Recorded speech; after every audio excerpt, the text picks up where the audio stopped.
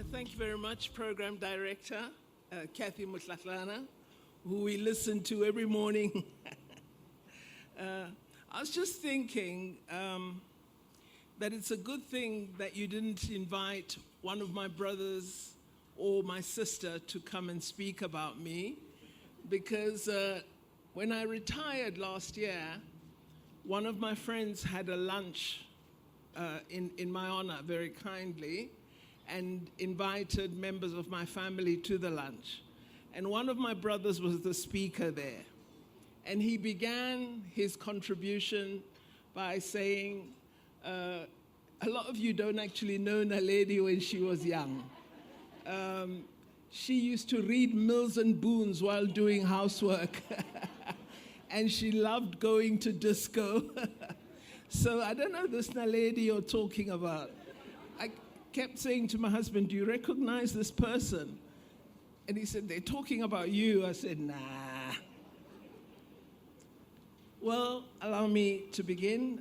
Members of council present here this evening, Vice Chancellor, Professor Lenkabula, Deputy Vice Chancellors, Excellencies, Ambassadors, and High Commissioners. I'm so honored that their Excellencies, members of the Diplomatic Corps are here, the Executive Dean and CEO of the UNISA School of Business Leadership, senior academic staff, alumni, former Minister Anne Vasurti, my dear friend and comrade, my family present here today, particularly my aunt and my uncle Anpulani and Uncle Zola, and my daughter Sureya, my brother Hosi Mudiri, Buitumelo Rebatswana, and my elder sister Kitumetse.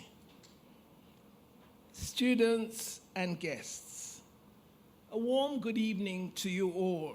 Molweni, Dumelang, Assalamu alaikum. I wish to sincerely thank the UNISA School of Business Leadership for awarding me such an incredible honor. It makes my over 40 years of public service worth every effort.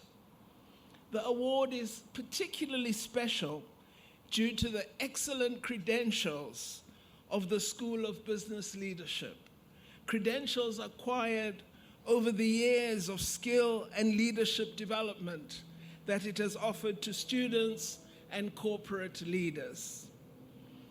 This university has been especially generous to me in its kindness. I think in 2018, I was privileged to be awarded the Calabash Award, along with distinguished awardees such as the late Dr. Freni Jinwala. As some of you may know, and you would know by now, this institution has a special place in the annals of our family's history. Our grandfather, Professor Z.K. Matthews, was in 1923 the first African graduate to earn a BA in South Africa from the University of South Africa.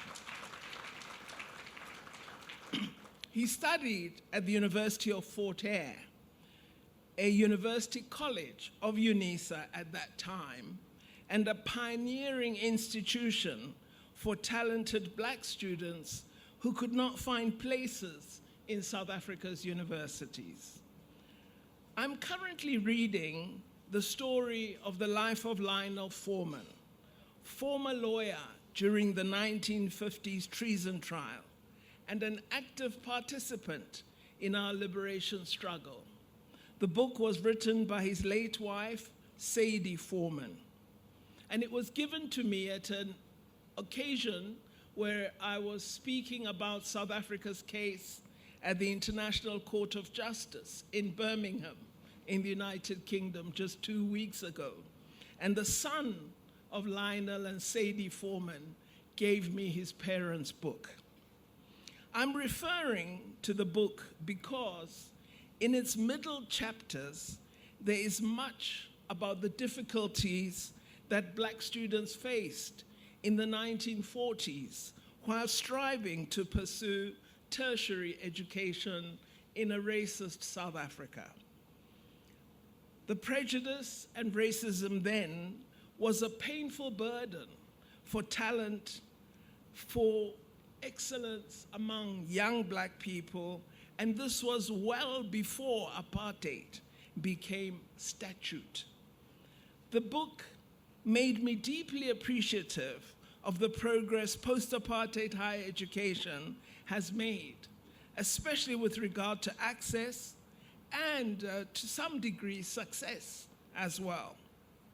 Institutions such as this one have become part of an increasingly illustrious history of courage and commitment to our youth, offering quality teaching and research opportunities for thousands of bright, enterprising students who are increasingly the rule and not the exception, as Z.K. Matthews and his compatriots were.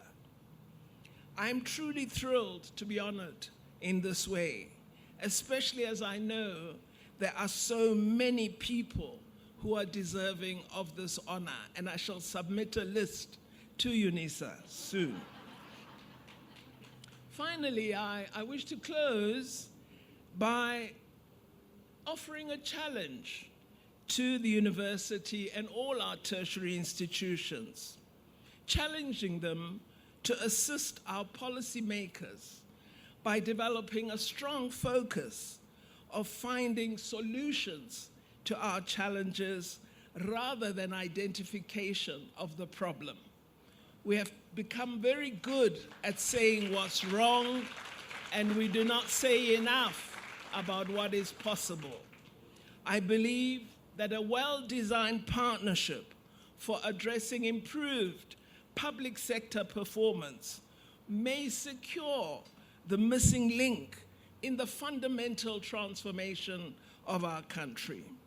Allow me to close by thanking this Graduate School of Business, as well as the School of Leadership, and this university community for this great award to me and my family.